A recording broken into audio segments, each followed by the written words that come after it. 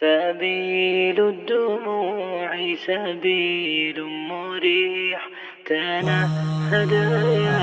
صاحي كي تستريح، وبث الدعاء الخفي الصريح.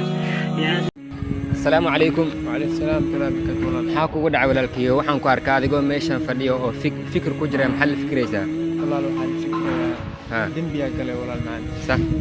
marka dembigaas ilaahay bi cafina walaal dembiga kale ilaah subxaanahu wa ta'ala dembiga adiga gashay uu ku cafina haddana waxaa batay qof dembiga asiga oo gale ka qoomameynaya tahay nabi sallallahu alayhi wasallam xadiis wuxuu ku leeyahay haddii idinka aad gaf samaysaan gafkiina haddii uu gaaro samaawaadka kadibna aad dembi dhaaf weydiisataan ilaah subxaanahu wa ta'ala gafkaasi wuu ku dhaafaa markii ilaah subxaanahu wa ta'ala dembi dhaaf farso ilaahay wuu ku dembi dhaafaa dembigaada